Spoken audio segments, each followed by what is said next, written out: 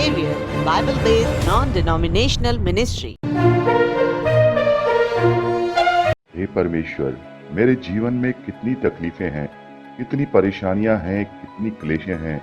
मैं कितनी प्रार्थनाएं करता हूं, लेकिन फिर भी मेरे जीवन से ये क्लेश दूर क्यों नहीं हो रहे। मैं कब इन क्लेशों से आराम पाऊंगा। तो मेरे प्यारे भाई बहनों, आपने देखा हमारे जीवन में ऐसे ही परेशानियां और क्लेश जब आती हैं तो हम होपलेस हो जाते हैं। बार बार हमारे प्रार्थनाओं के करने के बावजूद भी हमारी प्रार्थनाओं का जवाब नहीं आता है और हमारे जीवन में क्लेश और परेशानियां बनी रहती हैं। तो आज की आत्मिक रोटी में हमारा यही विषय है कि इन क्लेशों को, इन परेशानियों को हम अपने जीवन में से कैसे दूर कर सकते हैं। प्रेज द लॉर्ड, जय मसीह की। प्रभु यीशु के नाम में आप सभी को शालोम। आज की आत्मिक रोटी में आप सभी का एक बार फिर से बहुत बहुत स्वागत है। मैं हूं प्रभु यीशु मसीह में आपका भाई जेम्स। आशा करता हूं कि आप सब खुश होंगे, आनंद से होंगे, सुरक्षित होंगे और परमेश्वर के वचन में बढ़ रहे होंगे। तो मेरे प्यारे भाई बहनों, चलते हैं आज की आत्मिक रोटी के विषय की ओर। मेरे प्यारे भाई बहनों, हम इस जीवन में 3 प्रकार से समस्याओं और क्लेशों में फंसते हैं। सबसे पहले तो हम अपनी शारीरिक अभिलाषाओं के कारण इसमें फंसते हैं। हमारी परीक्षा होती है क्योंकि हम शारीरिक लालसाओं के कारण अपने जीवन में इस प्रकार से नाना प्रकार के दुखों को ले आते हैं जिनसे हम उस धोखे वाले क्लेश में डल जाते हैं, जो क्लेश असल में होता ही नहीं है। दूसरे प्रकार का जो क्लेश हमारे जीवन में आता है, जब हम आत्मिकता में बढ़ने लगते हैं, जब हम प्रभु यीशु मसीह में जड़ पकड़ने लगते हैं, तब शैतान हमारी आत्मिकता पर अटैक करता है। वो हमें क्लेश में डालता है, वो हमें परेशानियों में डालता है, वो हमें सताव में डालता है। और तीसरे प्रकार का जो क्लेश और जो समस्याएं हमारे जीवन में पाई जाती हैं, वो परमेश्वर की ओर से उसकी ताड़ना के रूप में होती है। मेरे प्यारे भाई बहनों, पहले प्रकार का जो क्लेश है, जो हम अपनी संसारिक अभिलाषाओं के कारण इस धरती पर खुद कमाते हैं, इनसे भी हम छुटकारा पा सकते हैं। प्रभु में अपने आप को ला करके, अपने जीवन को बदलकर, शारीरिक अभिलाषाओं पर कंट्रोल करके हम इनसे बच सकते हैं। इन क्लेशों पर हम विजयी हो सकते हैं। और शैतान के द्वारा भी जो हमें क्लेश दिए जाते हैं, शैतान के द्वारा भी जो हमें परेशानियां और सताव दिए जाते हैं, उसमें भी हम परमेश्वर की शांति के द्वारा सामर्थ्य पा करके निकल सकते हैं और विजयी हो सकते हैं। लेकिन मेरे प्यारे भाई बहनों, यदि परमेश्वर की ही ओर से कोई ताड़ना है, परमेश्वर की ही ओर से कोई क्लेश है, परमेश्वर के ही ओर से यदि हमारे ऊपर समस्या है, तो उनमें से फिर हमें कौन निकाल सकता है। ना ही हमारी कोई प्रार्थना, ना ही हमारी कोई निवेदन उस हमें क्लेश में से निकाल सकते हैं। तो परमेश्वर की ताड़ना में से हम कैसे निकलें? पहले तो हमें यह जानना है कि जो परमेश्वर की ताड़ना है वो क्या है। हम जब इब्रानियों की पत्री उसका 12वां अध्याय उसके 6ठे वचन से लेकर 8वें वचन तक पढ़ते हैं, तो वहां पर हम देखते हैं कि परमेश्वर जिससे प्रेम रखते हैं उससे ताड़ना भी करते हैं। यानी कि परमेश्वर जिससे प्रेम रखता है उसकी ताड़ना भी करता है, क्योंकि परमेश्वर नहीं चाहता कि उसका कोई भी संतान भटकने पाए, उसका कोई भी संतान शैतान के बहकावे में आए या वो गलत रास्ते पे चले। तो वो ताड़ना के रूप से उसे सही रास्ते पर लेकर के आता है। प्रकाशित वाक्य उसका 2रा अध्याय उसके 3रे वचन से लेकर 5वें वचन तक जब हम पढ़ते हैं, तो वहां पर प्रभु यीशु मसीह कहते हैं कि तूने अपना पहले सा प्रेम छोड़ दिया है। मुझे तेरे विरोध में यह कहना है कि तूने अपना पहले जैसा प्रेम छोड़ दिया है। 5वें वचन में प्रभु यीशु मसीह कहते हैं कि स्मरण कर, याद कर, तू याद कर कि तू कहां गिरा, तू याद कर कि तू कहां गिरा और अपना मन फिरा और पहले जैसा प्रेम अपने जीवन में लेके आ।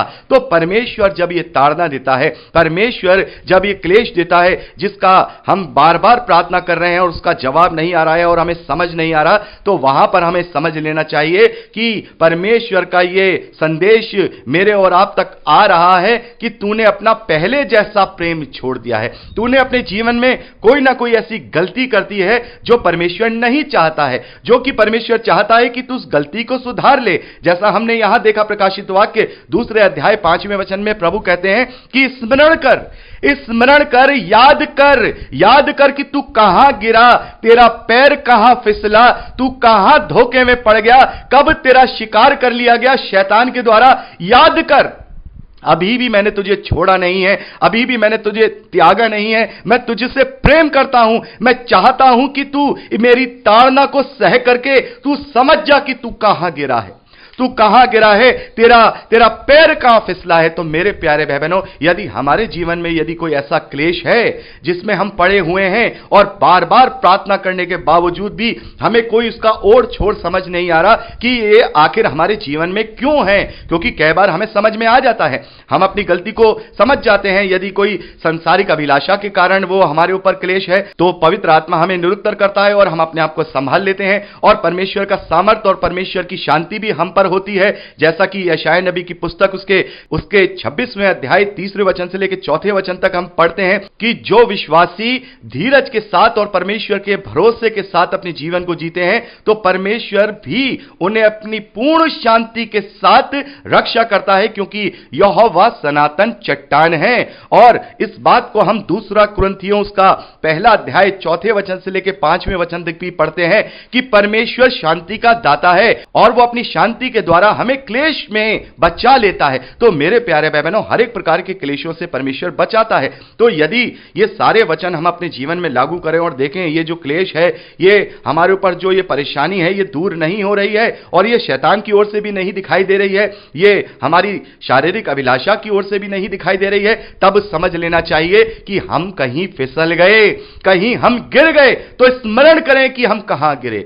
मेरे प्यारे भाई बहनों, यह मौका है कि अभी भी परमेश्वर ने हमें अपने धर्ममय दाहिने हाथ से पकड़ रखा है, अभी उसने हमें छोड़ नहीं दिया, क्योंकि यदि उसने हमें छोड़ दिया और उसने हमारी ताड़ना नहीं की तो इसका मतलब हम व्यभिचार की संतान ठहरे। याकूब की पत्री 12वां अध्याय 6 वचन से लेकर 9वें वचन तक आप जब पढ़ेंगे तो वहां लिखा है, यदि वो हमारी ताड़ना ना करे तो हम व्यभिचार की संतान कहलाए जाएंगे, क्योंकि एक जो पिता होता है वो अपने पुत्र की ताड़ना जरूर करता है उसे सही रास्ते पे लाने के लिए। तो यदि परमेश्वर हमारी ताड़ना कर रहा है तो हम इस बात के लिए स्मरण करें, याद करें कि हमने कहां पर गलती की है, हमने कहां पर धोखा खाया है। मेरे प्यारे भाई बहनों, परमेश्वर अभी हमसे प्यार कर रहा है, परमेश्वर हमें छोड़ नहीं रहा।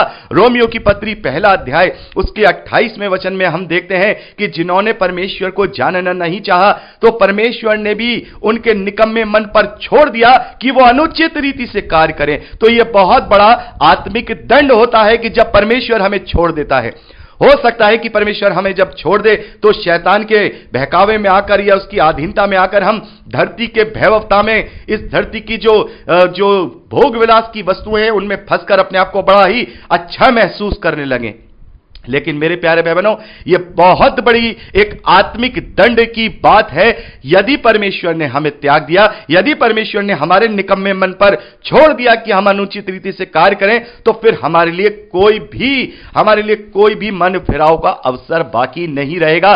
तो यह अवसर है कि हम परमेश्वर की ताड़ना को पहचाने, उसके प्रेम को पहचाने, क्योंकि वो हमसे प्रेम करता है। हम व्यभिचार की नहीं वरन हम सच्ची संतान ठहरे हैं, क्योंकि उसने हमारी ताड़ना की है। तो मेरे प्यारे भाई बहनों, यदि हम परेशानियों में हो, यदि हम क्लेशों में हो, तो हम प्रार्थनाएं करें। और एक क्लेश और एक परेशानी और भी होती है जो शैतान हमारे जीवन में लेकर के आता है।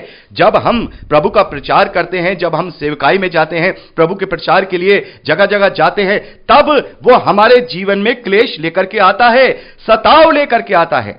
मेरे प्यारे भाई बहनों, यदि परमेश्वर के वचन के प्रचार के लिए, प्रभु यीशु के प्रचार के लिए यदि हमारे जीवन में क्लेश आ रहा है, यदि हमारे जीवन में उत्पीड़न आ रहा है, यदि हमारे जीवन में कोई परेशानी आ रही है, तो प्रभु यीशु मसीह कहते हैं कि धन्य हैं वे जो मेरे कारण सताए जाते हैं। धन्य है वे जो मेरे कारण सताए जाते हैं, स्वर्ग के राज में उनके लिए बड़ा प्रतिफल है। 1 पतरस उसका 2 अध्याय उसके 19वें वचन से लेकर 21वें वचन तक पतरस कहते हैं, क्योंकि यदि कोई परमेश्वर का विचार करके अन्याय से दुख उठाता हुआ क्लेश सहता है तो यह सुहावना है। क्योंकि यदि तुमने अपराध करके घूंसे खाए और धीरज धरा तो इसमें क्या बड़ाई की बात है, पर यदि भला काम करके दुख उठाते हो और धीरज धरते हो तो यह परमेश्वर को भाता है। तो मेरे प्यारे भाई बहनों, यदि परमेश्वर के प्रचार के लिए, परमेश्वर के सुसमाचार के लिए यदि शैतान हमें सताव में डाल रहा है और हम किसी अन्याय को सह रहे हैं, तो यहां यहां पतरस कह रहे हैं कि यह बहुत ही अच्छी बात है, क्योंकि तुम भलाई के लिए दुख उठा रहे हो, दूसरों के लिए दुख उठा रहे हो, दूसरों की आत्माओं को जीतने के लिए दुख उठा रहे हो। यह परमेश्वर को भाता है। आगे पतरस लिखते हैं, और तुम इसी के लिए बुलाए भी गए हो। तो मसीही विश्वासी तो इस प्रकार के लिए बुलाए गए हैं कि वो दुख उठाए, वो क्लेश को सहें, क्योंकि मसीह भी तुम्हारे लिए दुख उठाकर तुम्हें एक आदर्श दे गया कि तुम भी उसके पद चिन्हों पर चलो। तो मेरे प्यारे भाई बहनों, यदि शैतान हमारे जीवन में इस प्रकार का क्लेश ला रहा है तो यह बड़े आनंद की बात है, यह बड़े आनंद की बात है, क्योंकि इसका प्रतिफल हमारे लिए स्वर्ग में रखा हुआ है। तो यदि इस प्रकार का कोई क्लेश हमारे जीवन में है तो फिर कोई डरने की बात नहीं है, क्योंकि हमारे साथ प्रभु यीशु है, हमारे साथ परमेश्वर है, हमारे साथ पवित्र आत्मा है। तो मेरे प्यारे भाई बहनों, यदि हम अपने जीवन के अंदर क्लेशों में फंसे हुए हैं तो हम जांचें, सबसे पहले यह जांचें कहीं यह क्लेश, यह समस्या उन सांसारिक अभिलाषाओं के द्वारा तो उत्पन्न नहीं हुई है, और यदि उनके द्वारा उत्पन्न हुई है तो किसी धोखे में ना हो और अपने आप को इनसे बचा लो। मेरे प्यारे भाई बहनों, याकूब की पत्री 1 अध्याय 16वें वचन में याकूब कहते हैं कि हे मेरे प्रिय भाइयों, किसी धोखे में ना रहो, क्योंकि हर एक उत्तम दान ऊपर से आता है, हर एक दान अच्छा दान ऊपर से आता है। तो हमें स्वर्गीय आशीषों के लिए चिंतित रहना है, नाशवान चीजों के लिए ज्यादा अपने हाथ पैर नहीं फेंकने हैं। यदि हम इनके ही पीछे पड़े रहेंगे तो हम अपने आप को नाना प्रकार के दुखों से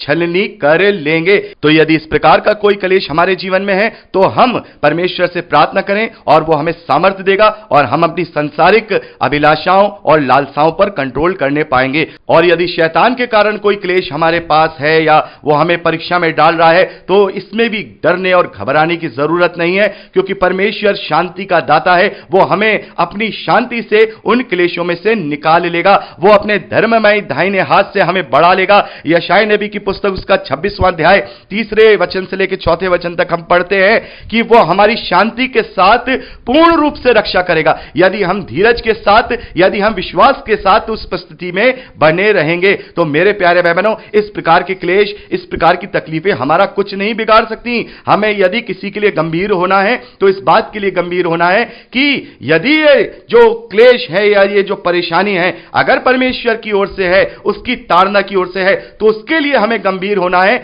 उसके लिए अपने आप को जांचना है। जैसे प्रभु कहते हैं कि स्मरण कर कि तू कहां गिरा और अपना मन फिरा, अपना मन फिरा। तो हमें अपना मन फिराना है, हमें यह देखना है कि हम कहां गिरे हैं, अपनी गलती का एहसास करना है, उसका पश्चाताप करना है और अपने जीवन में वापस उसे लागू करके वापस से अपना पहले जैसा प्रेम परमेश्वर के लिए प्रकट करना है। तो मेरे प्यारे भाई बहनों, इसी प्रकार से हमारे जीवन में क्लेश, परेशानियां आती हैं और ज्यादातर तो हम इन्हें खुद ही उत्पन्न करते हैं। भले ही परमेश्वर का ताड़ना हो, भले ही शैतान का उत्पीड़न हो, चाहे कुछ भी हो, वो हम अपनी सांसारिक अभिलाषाओं के अनुसार ही हम अपने जीवन में इन्हें उत्पन्न करते हैं। तो हमें सबसे पहले तो अपनी सांसारिक अभिलाषाओं की चौकसी करनी है कि किसी भी रीति से हम किसी धोखे में ना आए, इस इल्यूजन में ना आए, क्योंकि बहुत सारे क्लेश और परेशानियां ऐसी होती हैं जो केवल एक इल्यूजन, एक धोखा मात्र होती हैं। वो दिखती तो समस्याएं हैं, दिखती तो वो परेशानियां हैं, क्लेश हैं, लेकिन असल मायने में वो क्लेश, वो परेशानियां और समस्याएं नहीं होती। उन्हें हम समझने लगते हैं क्योंकि हम सांसारिक रीति से जी रहे होते हैं। यदि हम आत्मिक रीति से अपने जीवन को जिएंगे तो वो सारी चीजें जो हमने शरीर की अभिलाषाओं के अनुसार अपने ऊपर क्लेश के रूप में देख रहे हैं, वो सब हमें फिर क्लेश नहीं दिखाई देंगी, क्योंकि हम फिर धीरज के साथ, विश्वास के साथ अपने जीवन को जिएंगे। तो मेरे प्यारे भाई बहनों, हमने सुना कि हम यहाँ 3 प्रकार की कलेशों में, 3 प्रकार की परेशानियों में पड़ते हैं, और जो हम अपने आप से परेशानियां उत्पन्न करते हैं उनसे हम परमेश्वर की सामर्थ्य से निकल जाते हैं, और शैतान के द्वारा जो उत्पन्न क्लेश और परेशानियां हैं उनमें से भी हम परमेश्वर की ओर से शांति और शक्ति पाते हैं। लेकिन सबसे ज्यादा गंभीर बात तब होती है जब परमेश्वर की ताड़ना होती है। परमेश्वर जो हमसे प्रेम करता है वो ताड़ना देता है कि हम सही रास्ते पर आए। जैसे प्रभु कहते हैं कि तू ये सोच कि तू कहां गिरा और अपने मन को फिरा और पहले जैसा प्रेम कर। तो मेरे प्यारे भाई बहनों, हमारे जीवन में भी यदि कोई ऐसा क्लेश है, कोई तकलीफ है, परेशानी है जो बार बार प्रार्थनाओं के बावजूद भी हमारे जीवन से दूर नहीं हो रही, तो हमें समझ लेना है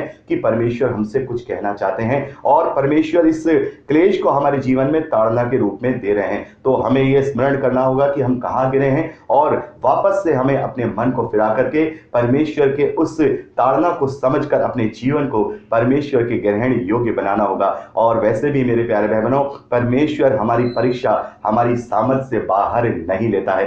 तो आज के लिए इतना ही, फिर मिलते हैं एक अगले एपिसोड में आज की आत्मिक रोटी में। प्रभु आप सबको बहुत की आशीष दे, अपने वचन में दृढ़ करे। खुश रहिए, आनंदित रहिए, सुरक्षित रहिए।